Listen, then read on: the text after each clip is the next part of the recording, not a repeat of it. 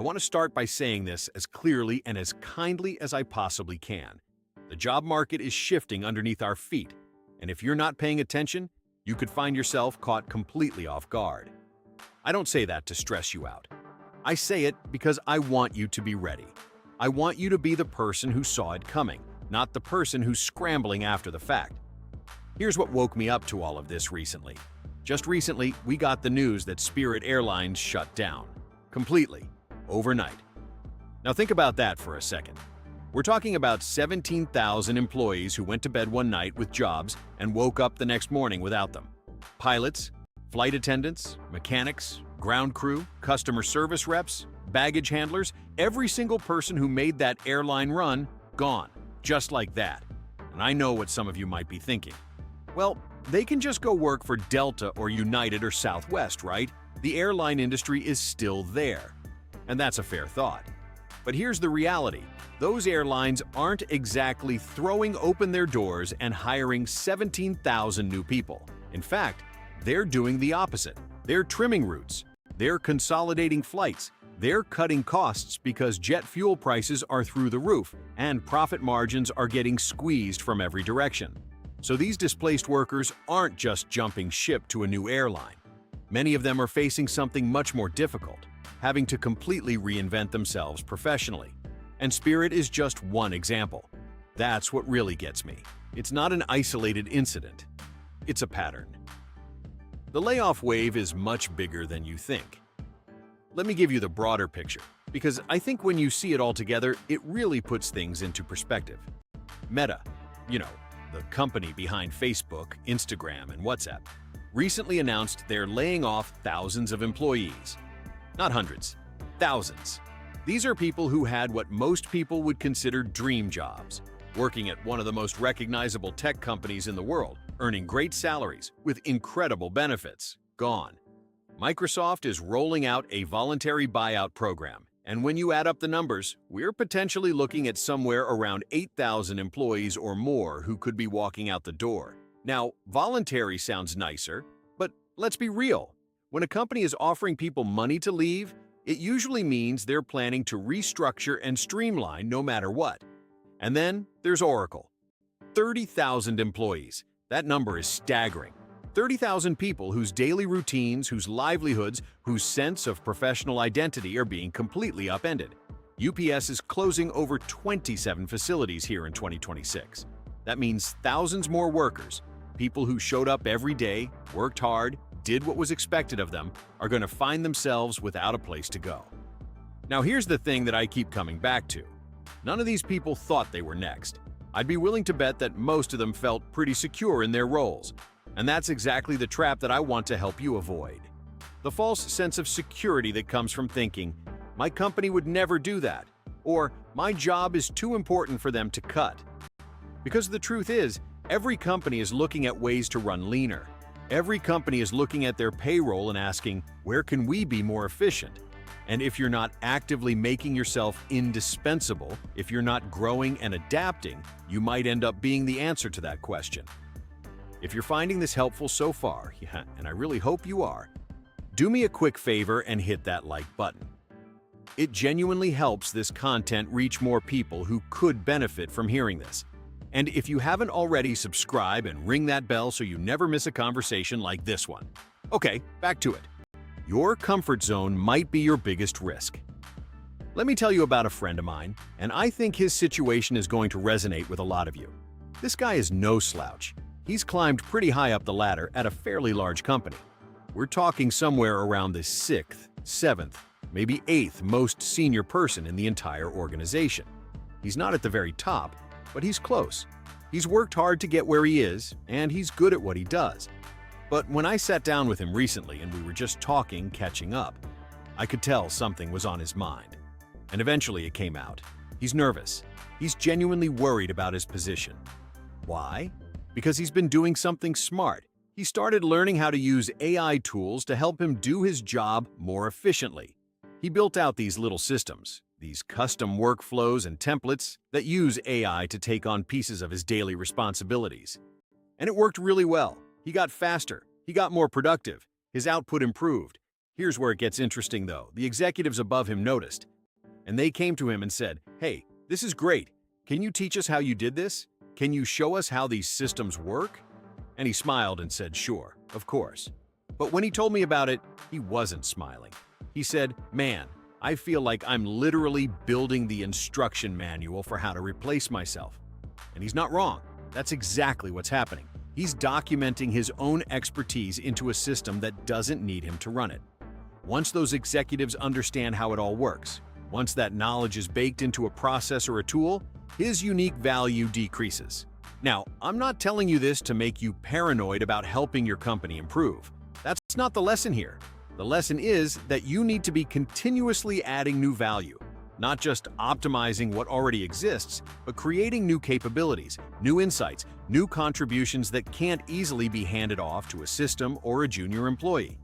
The people who survive, and honestly, the people who thrive in this environment are the ones who are always one step ahead, always learning the next thing before their company even asks for it. My job is safe myth. Okay, let me address something that I hear all the time because I think it's one of the most dangerous things people are telling themselves right now. I work in hospitality. My job is safe. You can't automate a hotel room being cleaned. I do landscaping. Robots aren't going to come out here and mow lawns. I work in a warehouse. They need human hands for this stuff. I hear this, and I completely understand where it's coming from. These are legitimate points on the surface.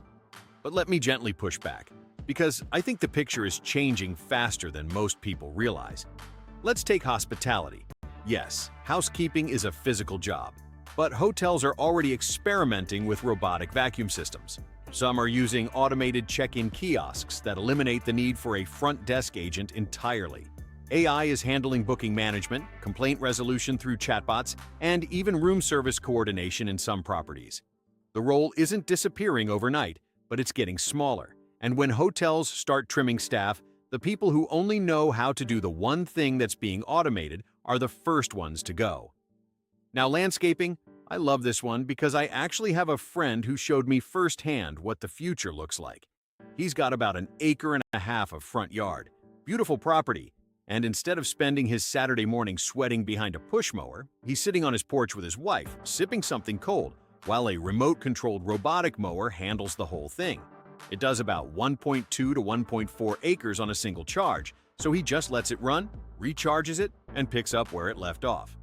He's turned a few hours of hard labor into basically nothing.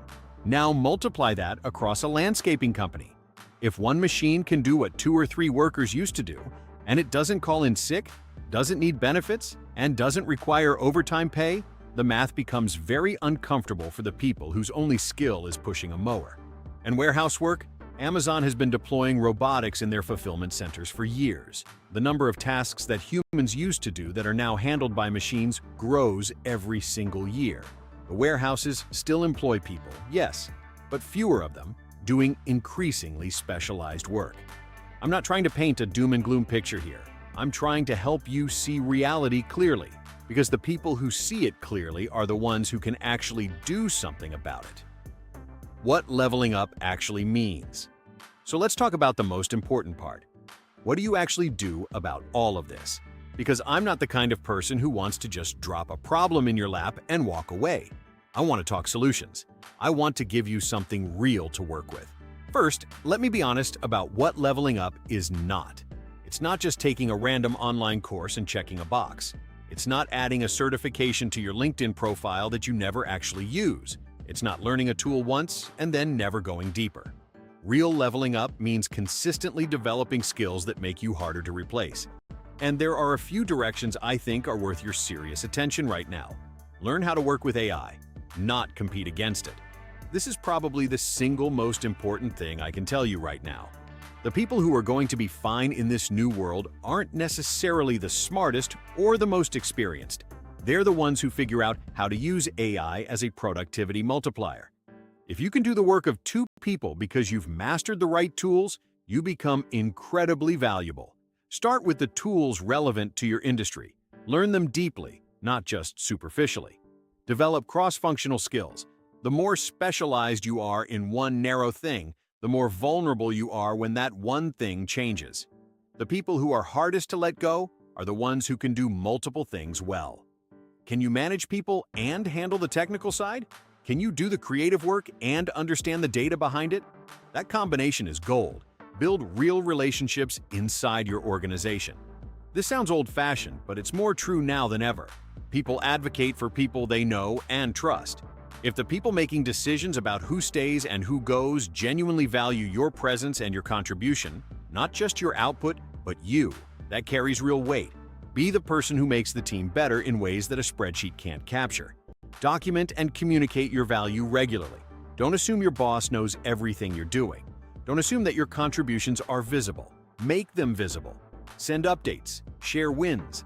Connect your work to the things the company cares about: revenue, cost savings, efficiency, customer satisfaction. When your manager is sitting in a room deciding who to keep, you want your name to come with a clear mental list of reasons. Hey, quick pause. If you're still with me this far into the conversation, I want to say thank you, seriously. This stuff matters to me, and I hope it's landing for you. Please take a second to like this video, drop a comment below telling me what industry you're in and how you're thinking about all of this. I read every single one, and subscribe if you haven't already. Let's keep building this community together. All right, let's keep going. The hidden danger of company loyalty. Here's something I want to address that I think gets glossed over a lot in conversations like this. There's a version of be valuable at your current company that can actually work against you if you're not careful. Some people are so focused on being the best employee at their current job that they never look up. They never scan the horizon. They never ask, what is this industry going to look like in 5 years? And does my role even exist in that version of the future? Loyalty is a beautiful thing. I respect it. But blind loyalty, loyalty that doesn't account for the reality that companies make decisions based on economics, not relationships, can leave you stranded. So, while I absolutely believe you should be pouring your best effort into your current role, I also want you to be maintaining your external network, staying current on what other companies in your space are hiring for, and having at least a rough idea of what your plan B looks like. Think of it like this. The best time to look for a job is when you already have one. The worst time is when you're panicking because you just lost yours. Don't wait for the writing on the wall to start preparing. Start now, even if things feel stable. When should you start looking elsewhere? Okay, so let's talk about timing, because this is something people get really wrong. Either they jump too soon before there's any real reason to and end up in a worse situation, or they wait too long until they're already in layoff territory and their options are more limited. Here are some real signals I'd pay attention to. If you're seeing any of these at your company, it's worth taking seriously. When leadership starts talking a lot about efficiency and streamlining operations, that's often code for headcount reduction coming down the line. When you're being asked to train someone junior on everything you know, when your department's budget gets cut, when you notice that upper management seems less interested in long-term planning and more focused on immediate cost reduction, when your company starts rolling out new software or AI tools and asking you to help optimize the workflows, remember my friend's story. When you start seeing any of these things, I'm not saying run for the exits tomorrow, but I am saying start quietly doing your homework. Update your resume, reconnect with people in your network, start paying attention to what the market looks like for someone with your skills. And here's the piece of advice that I think is genuinely underrated. When you do start looking, don't just look sideways. Don't hop from one company in your industry to another doing the exact same role. If one airline is struggling, the whole airline industry is often feeling it. If one hotel chain is cutting back, you can bet other hotel chains are having the same conversations. Think about adjacent industries. Think about transferable skills. Your ability to manage people, solve problems, communicate clearly, coordinate complex projects.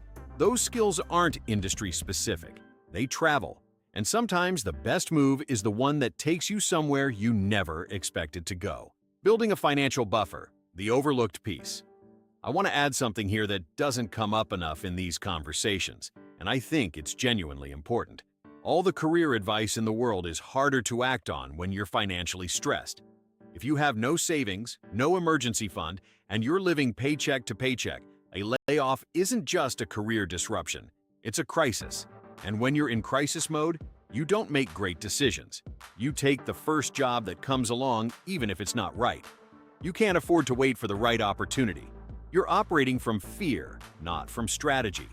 So, one of the most powerful things you can do right now, regardless of how secure you feel in your job, is start building a financial cushion. Even if it's small to start, even if it's just cutting one expense and redirecting that money into savings. The goal is to give yourself runway, time to make thoughtful decisions if and when things change. 3 to 6 months of expenses in an accessible savings account is the classic recommendation, and it's classic for a reason. It buys you options, and options are everything when the ground shifts under you. Developing a side income stream. While we're on the topic of financial resilience, let me bring up something that more and more people are thinking about. And I think it's genuinely smart if you do it right. Having a side income stream doesn't mean you're planning to leave your job or that you're not committed to your current role. What it means is that you're building a safety net and you're developing additional skills in the process. This could look like a lot of different things depending on who you are and what you're good at. Maybe you do some consulting or freelance work in your area of expertise. Maybe you teach a skill online. Maybe you create content around something you know well.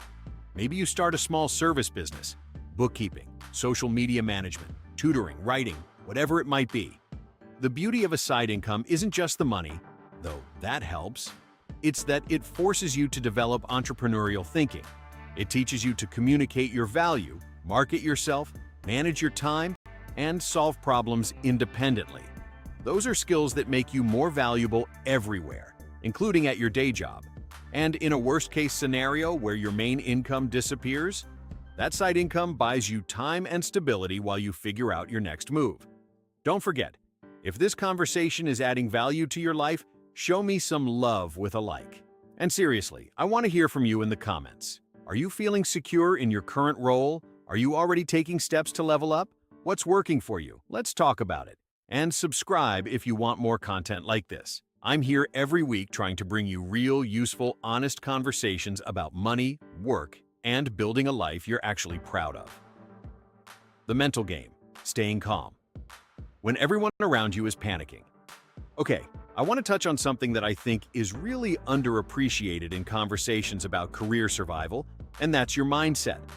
When layoffs are happening around you, when your colleagues are getting let go, when you're seeing the news about massive job cuts across industries, when there's genuine uncertainty in the air, it's really easy to slip into one of two unhelpful modes. The first is paralysis. You get so anxious about what might happen that you can't take any productive action. You just kind of freeze and hope for the best. And that's the worst possible response because it leaves your future entirely in other people's hands. The second is panic. You start making hasty decisions. You send out a flurry of resumes without being thoughtful about where or why. You take a job that's worse than the one you have just because it feels like movement. And that rarely ends well either.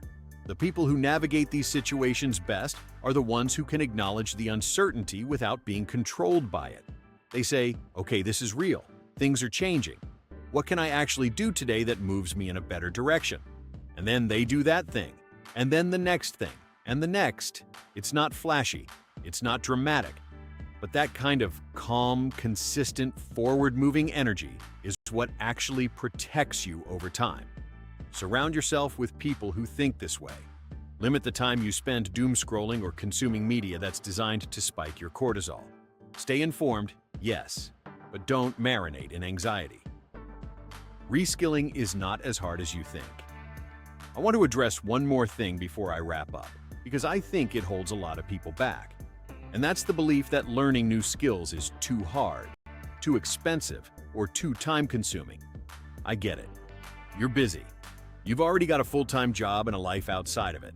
The last thing you want to do is come home and spend another 2 hours staring at a screen trying to learn something new. But here's what I've found to be true. Most people drastically overestimate how much time it takes to build a genuinely useful new skill. You don't need to become an expert. You need to become competent enough to be useful. And that threshold is often closer than people think. 30 minutes a day, just 30 minutes, adds up to over 180 hours a year. That's enough time to learn a new software platform, develop a working understanding of data analytics, pick up the basics of project management, or get genuinely comfortable with AI tools in your field. 30 minutes a day. The resources have never been more accessible. YouTube alone has more free, high-quality educational content than any university library from 20 years ago. There are free and low-cost courses on virtually every skill imaginable.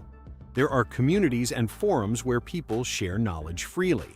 The barrier to learning isn't access anymore, it's prioritization.